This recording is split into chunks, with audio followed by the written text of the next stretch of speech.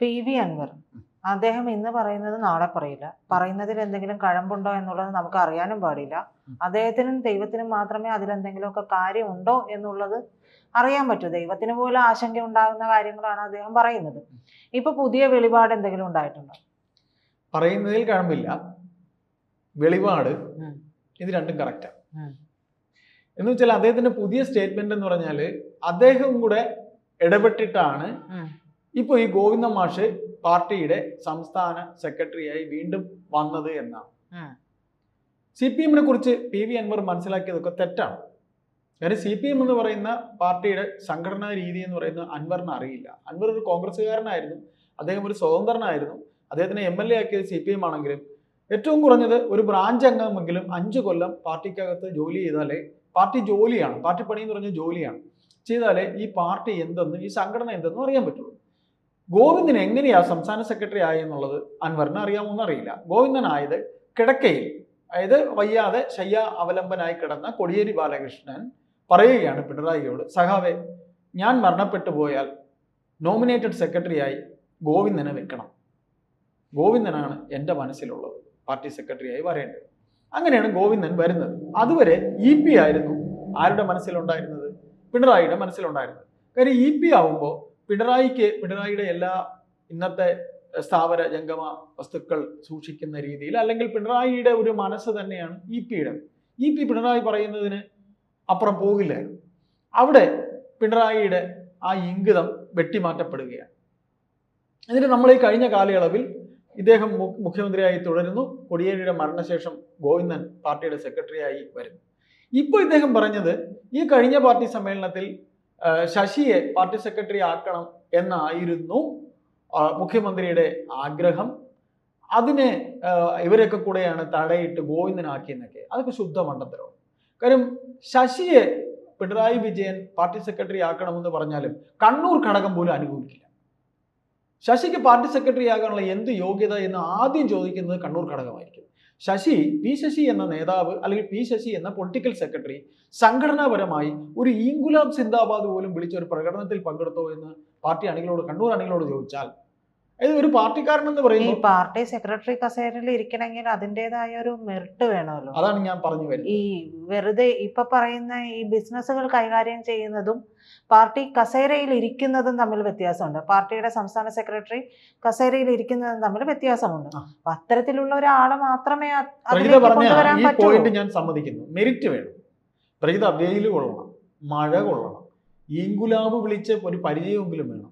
ഒരു ധർണയിൽ 10 കിലോമീറ്ററെങ്കിലും നടന്നിട്ടുണ്ട്. എനിക്കറിയില്ല, എൻ്റെ പരിമിതമായ അറിവിൽ ശശിയെ കുറിച്ചൊക്കെ ഞാൻ മനസ്സിലാക്കുന്നത് പിന്നെ കേരള സ്റ്റുഡൻസ് ഫെഡറേഷൻ മുതൽ, അതായത് പിന്നെ അത് SFI ആയി, പിന്നീട് യൂത്ത് ഫെഡറേഷൻ ആയി, അവിടെയൊക്കെ സ്ഥാനമാനങ്ങളിൽ ഉയർന്നു നിന്ന ഈ കണ്ണൂർ നേതാക്കൾക്ക് ഒരു ഗുണമുണ്ട്.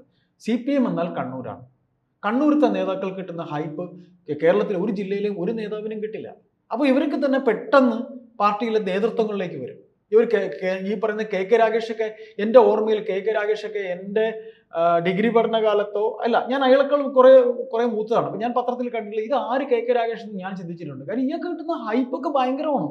കാര്യം കണ്ണൂരിൽ നിന്ന് ഒരാളൊക്കെ ഇങ്ങനെ പൊങ്ങി വരിക എന്ന് പറഞ്ഞാൽ, പാർട്ടിയിൽ വെള്ളം കോരി ഇന്നും കിടക്കുന്ന ബ്രാഞ്ച് മെമ്പർമാരുണ്ട്. ഇവർക്ക് ആർക്കും ഒരു ഉയർച്ചയും ഉണ്ടാവില്ല. കാരണം തെക്ക് കിടക്കുന്ന ഇവർ പറയുന്നത്, ഈ പറയുന്ന കണ്ണൂരുകാരാണ് യഥാർത്ഥ പാർട്ടിക്കാരെന്നാണ്. അപ്പൊ ഇങ്ങനെ നമ്മൾ പറഞ്ഞു വന്നപ്പോൾ വിഷയം മാറാൻ പാടില്ല. അപ്പൊ MV ഗോവിന്ദനെ പാർട്ടി സെക്രട്ടറിയായി കൊണ്ടുവന്ന് അവരോധിക്കേണ്ടതിന്റെ ആവശ്യം പി ശശിക്ക്, എന്തായാലും പി ശശിക്ക് അതിനുള്ള യോഗ്യത ഉണ്ടെന്ന് വിശ്വസിക്കാൻ കേരളത്തിലെ കണ്ണൂർ ഘടകത്തിൽ വിശ്വസിക്കില്ല. കാര്യം എന്ന് വെച്ചാൽ, നമുക്കൊരു സംഘടന, CPM എന്ന് പറയുന്ന ഒരു ചട്ടക്കൂടുള്ള ഒരു പാർട്ടിയാണ്. എത്രയൊക്കെ ഈ 2 ടേമും ഭരണത്തിൽ വന്നത് കൊണ്ടാണ് ഈ സൈബർ ആക്രമണം ഇത്രയും നേരിടേണ്ടി വരുന്നത്. നമ്മൾ ഇന്നലെ ഒരു ചർച്ചയ്ക്ക് ഇവിടെ ഒരു ശ്രീകുമാറുമായി നമ്മൾ ഇന്നലെ ചർച്ചയ്ക്കിരുന്നു. അന്ന് ഈ ശ്രീകുമാർ പറഞ്ഞ എന്താണ്, ഈ പാർട്ടിക്ക് ഒരു സംഘടനാ തത്വമുണ്ട്, ഈ പാർട്ടിക്ക് ഒരു കണ്ണുണ്ട്, ഒരു മുഖമുണ്ട്, മൂക്കുണ്ട്, പിന്നെ വായുണ്ട്, കാലുണ്ട്, നഖമുണ്ട്, കൈയുണ്ട്. അതാണ് ഈ പാർട്ടി. മുഖമില്ലാത്ത പാർട്ടിയല്ല CPM. അപ്പോൾ അത്തരത്തിൽ CPM എന്ന് പറയുന്ന പാർട്ടിക്ക് ഒരിക്കലും ഈ അൻവർ പറയുന്ന രീതിയിൽ ശശിയെ പാർട്ടി സെക്രട്ടറി ആകാൻ അത്ര വെളിവില്ലാത്തവരല്ല ബാക്കിയുള്ള ജില്ലാ കമ്മിറ്റിക്കാരൊക്കെ. 2, അദ്ദേഹം പറഞ്ഞ ഒരു പോയിന്റ് ചിലപ്പോൾ നമുക്ക് സമ്മതിച്ചു കൊടുക്കാം. മുഹമ്മദ് റിയാസ് എന്ന നേതാവിനെ ഉയർത്തിക്കൊണ്ടുവരേണ്ടത് പിണറായി വിജയന്റെ ആവശ്യമാണ്. അത് നമുക്ക് പറയാം. അതിന് ശശിയുടെ തണലിന്റെ ആവശ്യമൊന്നുമില്ല. അതിന് പിണറായി വിജയന്റെ തണൽ തന്നെ ധാരാളം. പിണറായി പറയുന്നത് ശശി അനുസരിക്കുന്നല്ലേ ഉള്ളൂ. അവിടെ ശശിയുടെ പ്രത്യേകമായ ഒരു അനുവാദമൊന്നും വേണ്ടി വരുന്നില്ലല്ലോ. ഇല്ല, ശശിയുടെ ഒരു ആവശ്യമൊന്നും ഉണ്ടാകുന്നില്ല.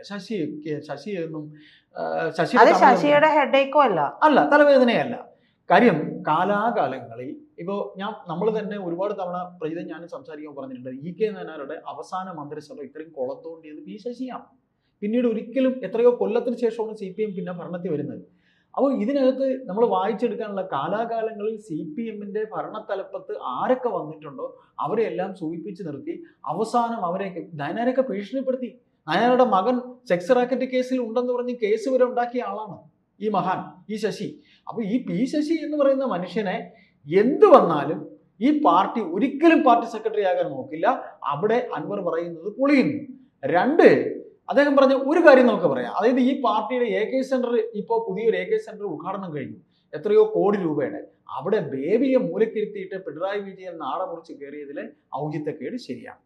കാര്യം എന്തു വന്നാലും പിണറായി വിജയൻ എന്ന നേതാവ് ഈ പറയുന്ന PV-യിലെ ക്ഷണിതാവ് മാത്രമാണ്. ഒരു സംസ്ഥാന പാർട്ടി അത് മാത്രമല്ലല്ലോ, അദ്ദേഹം ഒരു മുഖ്യമന്ത്രിയാണ്, പാർട്ടി ജനറൽ സെക്രട്ടറിയാണ്. MA ബേബിയാണ് ഇത് ഉദ്ഘാടനം ചെയ്യേണ്ടത്. നാടമുറിച്ച് ഉദ്ഘാടനം ചെയ്യേണ്ട ബേബിയെ ഒരു മൂലയ്ക്ക് നിർത്തിയിട്ട് അദ്ദേഹം നാടമുറിച്ച് കയറി. അതിൽ നിന്നൊന്നും കാര്യം വ്യക്തമാണല്ലോ, ഫണ്ട് എവിടെ നിന്ന് വന്നതെന്നുള്ളത്. ഫണ്ട് എവിടെ നിന്ന് വന്നു, ഇതിന്റെ മുഖ്യ കാരണക്കാരൻ അദ്ദേഹമാണ്. ഇങ്ങനെയുള്ള കാര്യങ്ങളെല്ലാം തന്നെ പുറത്തു ഒരു കാര്യത്തിൽ നിന്ന് വ്യക്തമായിട്ട് മനസ്സിലാവും ആളുകൾക്ക്. ഇതെല്ലാം കൃത്യമായിട്ട് വെളിവാകുന്നുണ്ട്. അപ്പോൾ ഇത്തരത്തിൽ നമുക്ക് വായിച്ചെടുക്കാൻ കഴിയുന്ന ഇദ്ദേഹം പറയുന്ന സ്റ്റേറ്റ്മെന്റുകളൊക്കെ തന്നെ ശുദ്ധ പൊട്ടത്തരമാണ്. ഇപ്പൊ മുഹമ്മദ് റിയാസിനെ പ്രജിത കണ്ടതല്ലേ, നമ്മൾ കഴിഞ്ഞതിന് മുമ്പത്തെ ആഴ്ചയൊക്കെ സംസാരിച്ച വിഷയത്തിൽ 3 മന്ത്രിമാർ എന്തിനാണ് ഇടഞ്ഞത്? ഞങ്ങളും ഈ പാർട്ടിയിൽ വെള്ളം കോരിയതാണ് സഖാവേ. നിങ്ങൾ 3 ടൈം പാർട്ടി സെക്രട്ടറി ആയിരുന്നപ്പോൾ ഓരോ ജില്ലയിലെയും ചുമതല ഞങ്ങൾക്കായിരുന്നു. രാജീവിന് കൊച്ചിയിലെ ചുമതലയായിരുന്നു, MP രാജേഷിന് പാലക്കാട്ടത്തെ ചുമതലയായിരുന്നു. ഈ പറയുന്ന ബാലഗോപാൽ VS പക്ഷക്കാരനായിരുന്ന ബാലഗോപാൽ കൊല്ലം തിരുവനന്തപുരം ബാലഗോപാലിന്റെ കയ്യിലായിരുന്നു. ഈ ബാലഗോപാലിനെ പൊളിറ്റിക്കൽ സെക്രട്ടറി ആക്കിയത് VS-ന്റെ ഭരണകാലത്താണ്. എനിക്ക് ഇന്നും ഓർമ്മയുണ്ട്, ബാലഗോപാൽ പൊളിറ്റിക്കൽ സെക്രട്ടറി ആയിരുന്നു ഈ മന്ത്രിയാകുന്നതിന് മുമ്പ്. അപ്പോൾ ഈ ബാലഗോപാലിനെ പൊളിറ്റിക്കൽ സെക്രട്ടറി ആക്കിയിട്ട് പിണറായി വിജയൻ വെച്ച് എന്തിനാ? ഇദ്ദേഹം എടുക്കുന്ന തീരുമാനങ്ങളിൽ പൊളിറ്റിക്കലി ഇടപെടാൻ. മനസ്സിലായില്ലേ? അപ്പൊ അങ്ങനെ എവിടെയും ഇത്തരം ഭരണത്തലപ്പത്ത് ഇങ്ങനെ ഇവരെല്ലാം തന്നെ ഇരിക്കുമ്പോൾ അവിടെ തൻ്റെ ഒരു അപ്രമാദിത്വം ഇരിക്കട്ടെ എന്ന്, തൻ്റെ ഒരു ചാരൻ അവിടെ ഇരിക്കട്ടെ എന്ന് പിണറായി മുൻകൂട്ടി കണ്ടിരുന്നത്. നമ്മൾ പലപ്പോഴും പറഞ്ഞിട്ടുണ്ട് അഡ്മിനിസ്ട്രേഷൻ. ഇപ്പം ഈ പറയുന്ന നമ്മുടെ ജോൺ ബ്രിട്ടാസ് ക്ഷണിതാവാണ്. എവിടെ? CC-യിൽ. CPM എന്ന് പറയുന്ന പാർട്ടിയുടെ ഹൃദയം എന്ന് പറയുന്നത് CC ആണ്. തല പോളിറ്റ് ബ്യൂറോ ആണെങ്കിലും CC എന്ന് പറഞ്ഞൊരു സാധനമുണ്ട്. ഈ തലയും ഹൃദയവും ഒക്കെ 12 ജില്ലകളിലേ ഉള്ളൂ പ്രജിത. 12 ജില്ലകളിലേ ഉള്ളൂ. കേരളത്തിലെ 12 ജില്ലകളിലേ ഉള്ളൂ, അല്ലാതെ ഇന്ത്യ മഹാരാജ്യത്ത് ഇല്ല. പിന്നെ ഇവര് ഒരു കാര്യം കൂടെ മനസ്സിലാക്കണം, പാർട്ടി സെക്രട്ടറി ആയാലും മന്ത്രി ആയാലും ഇവിടെ BJP RSS അവരുടെ സ്ട്രാറ്റജി നടപ്പാക്കിക്കൊണ്ടേയിരിക്കുകയാണ്. അടുത്ത ഒരു ടേം കൂടെ ഭരണം കിട്ടും എന്ന് കുളിച്ചു കയറി ഇരിക്കുന്ന CPM മനസ്സിലാക്കാനുള്ളൊരു കാര്യം, തങ്ങളുടെ സംഘടന തകർന്നുകൊണ്ടേയിരിക്കുന്നു. സംഘടന തീരുന്നു, RSS വളരുന്നു, BJP കേരളത്തിൽ വളരുന്നു. അതാണ് RSS-ന്റെ BJP-യുടെ തന്ത്രം. പക്ഷേ അൻവർ ഇതൊക്കെ പറയുമ്പോഴും അൻവർ ചൂണ്ടിക്കാട്ടുന്ന ചില കാര്യങ്ങൾ അതിലേക്കെങ്കിലും ശ്രദ്ധ കൊടുക്കേണ്ടതല്ലേ? അല്ല പ്രജിത, ഇതിനകത്ത് അദ്ദേഹം പറയുന്ന ചില കാര്യങ്ങൾ വെളിവുണ്ടോ വെളിവുകേടോ കിളിപോയോ ഒക്കെ ആണെങ്കിലും അദ്ദേഹം പറയുന്ന കുറേ കാര്യങ്ങൾ കറക്റ്റാണ്. കാര്യം തനിക്ക് ശേഷം ഈ പറയുന്ന റിയാസ് വരണം എന്ന് അദ്ദേഹം ചിന്തിക്കുന്നത്. റിയാസിനെ ഇന്നും അങ്ങനെ ഈ പാർട്ടിയിൽ അംഗീകരിക്കാനൊന്നും പറ്റില്ല. സംഘടന തകർന്നാലും ശരി തന്നെ റിയാസിനെ ഈ പറയുന്ന രീതിയിൽ അംഗീകരിക്കാൻ കഴിയില്ല. റിയാസ് ഒരു മന്ത്രി എന്ന രീതിയിൽ പരാജയമാണ്, ശുദ്ധ പരാജയമാണ്. അദ്ദേഹത്തിന് ഇപ്പോൾ മെഹബൂബിനെ മാറ്റിയിട്ട് ജില്ലാ സെക്രട്ടറി ആക്കാൻ പോകുന്നു എന്ന് പറയുന്നു. പാർട്ടിയെ പഠിക്കാൻ. ശരിയാവട്ടെ, പാർട്ടിയെ പഠിക്കട്ടെ. അദ്ദേഹം ഈ പറയുന്ന കാര്യങ്ങളൊക്കെ കുറെ കാര്യങ്ങൾ ശരിയാണ്. പിന്നെ ശശിയെ എന്നും പാർട്ടി സെക്രട്ടറി ആക്കി വെക്കാൻ പോയിരുന്നു എന്ന് പറഞ്ഞാൽ അതൊക്കെ വിശ്വസിക്കാൻ കുറച്ച് ബുദ്ധിമുട്ടുണ്ട്. അതിൽ അദ്ദേഹം ഇടപെട്ടെന്ന് പറയുന്നതിലും ബുദ്ധിമുട്ടുണ്ട്. കാര്യം CPM എന്ന് പറയുന്ന പാർട്ടിക്ക് ഒരു സംഘടന ഉണ്ടെന്ന് പറയുമ്പോഴേ അങ്ങനെ ഇങ്ങനെയൊന്നും കയറി ഏത് വഴി കൂടെ പോകണമെന്നും കയറി തീരുമാനം എടുക്കാനൊന്നും പറ്റില്ല. ഇദ്ദേഹം വെറും ഒരു സ്വതന്ത്ര MLA ആണ്. അങ്ങനെ ആർക്കും കയറി തീരുമാനം എടുക്കാനൊന്നും പറ്റില്ല.